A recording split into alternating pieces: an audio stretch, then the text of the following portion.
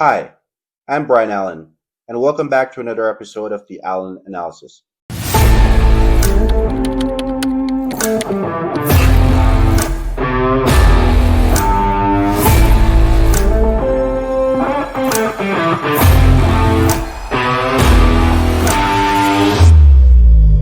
This episode will highlight a very important fight happening right now in Texas as well as in California for the future of our democracy.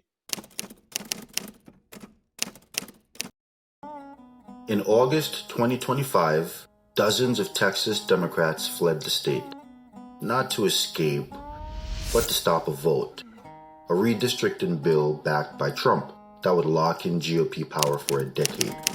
So Republicans responded with something extreme: arrest warrants, threats of jail time, even felony charges. But can Texas really stop lawmakers for skipping work? Let's break it down.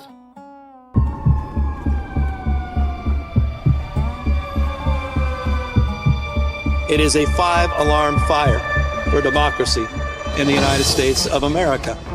Donald Trump, who's trying to light a torch on democracy, continue to try to rig the election. His agenda is failing. His presidency is failing. He knows the headwinds in a midterm. Now he's dialing up for seats. He called Greg Abbott, who doesn't have the courage, doesn't have the conscience, and he has rolled over and he said, yes, sir, and. So we have got to step up. We tried to play by a higher set of standards and rules with our independent redistricting, and we believe in that. We are talking about emergency measures to respond to what's happening in Texas, and we will nullify what happens in Texas. We will pick up 5 seats with the consent of the people, and that's the difference between the approach we're taking and the approach they're taking. There are no rules for Donald Trump. And this is a serious moment in American history. And so we are here to meet this moment head on. We will not be complicit. Holy smokes. The Republicans are absolutely toast. J.D. Vance is practically on his knees begging Elon Musk to re-enter the fray in order to help them win the midterms. He's obviously got a complicated relationship right now with the Trump White House, though. My argument to Elon is, like, you're not going to be on the left, right? Even if you wanted to be, and he doesn't, they're not going to have you back. That ship has sailed. And so I really think it's a mistake for him to try to break from the president. So my hope is that by the time of the midterms, he's kind of come back into the fold. But yeah, I don't know that he would take my call right now about anything. Really? I'm sure he would. I kid. I'm sure he would take my call. But obviously, the drama around him and the White House over the last couple of months. Again, my hope is that just kind of cools down a little bit, because he did help us a lot in the election. The president even says all his frustration, Elon was a very, very critical part of the team last election. And so my hope is by the midterms, things are kind of back to normal. Right. Yeah. That would We'll be see. nice. We'll see. I was going to ask that question. Now I don't have well, to. that's right. Knock on wood. I'm always, my attitude is I try to be sort of pretty Big Ten about this stuff. Like, if you're patriotic, you're not trying to stick your knife in the back of the president, you're not trying to betray the movement. I don't care about these, like, minor little disagreements and issues. Minor disagreements and issues? These aren't minor disagreements and issues. He basically called Donald Trump a pedophile. He said that Donald Trump is on the Epstein list, and that's why we will never see those files. We have to kind of win with the whole movement together, and that's kind of the attitude that I try to take. The reason why both sides are fighting redistricting so hard is because of power. If the GOP were to lose the midterms, then Donald Trump's grip on power would be diminished significantly. People, by and large, have seen what he's done with immigration. They have seen what he's done with the economy, and they're not pleased. So the GOP is trying to pull every trick in the book to guarantee a Donald Trump win in 2026. The Democrats are not allowing it. In August, over 50 Democrats walked out. They fled the state to block a Republican redistricting plan. No quorum, no vote.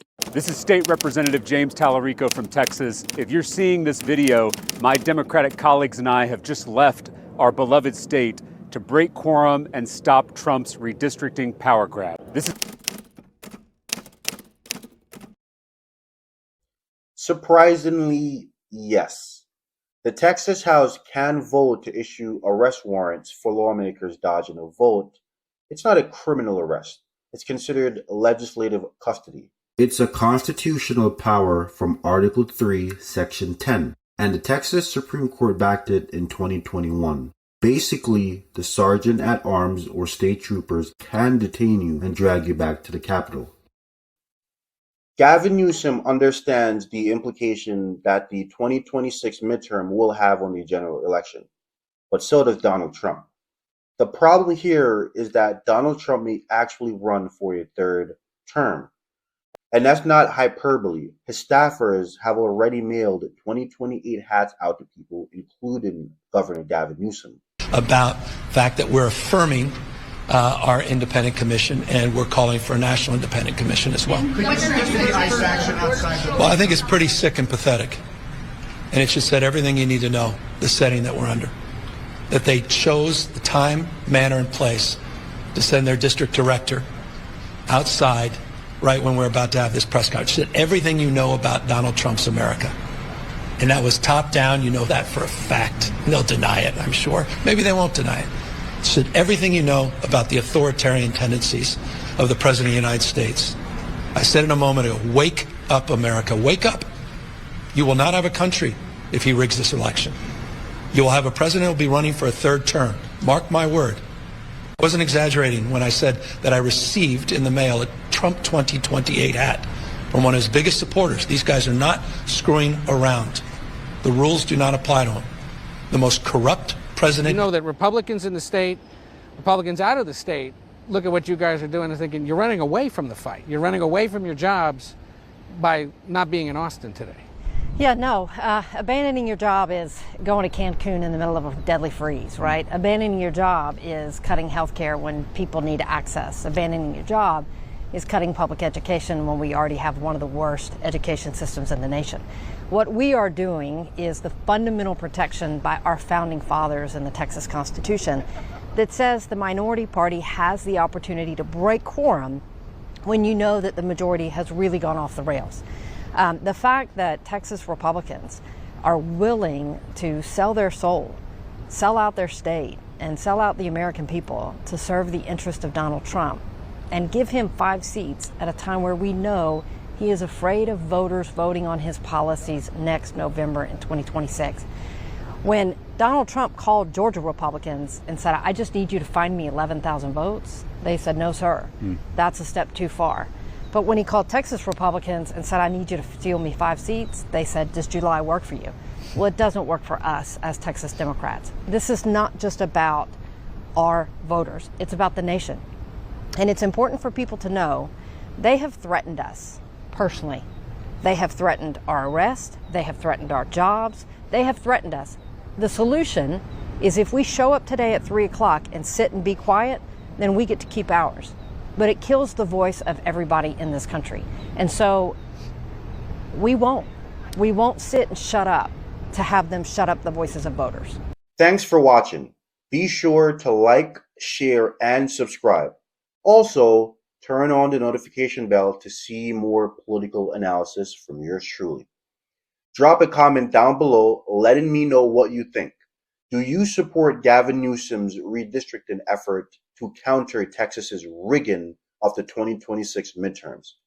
That's all for this video, folks, and I'll catch you in the next one.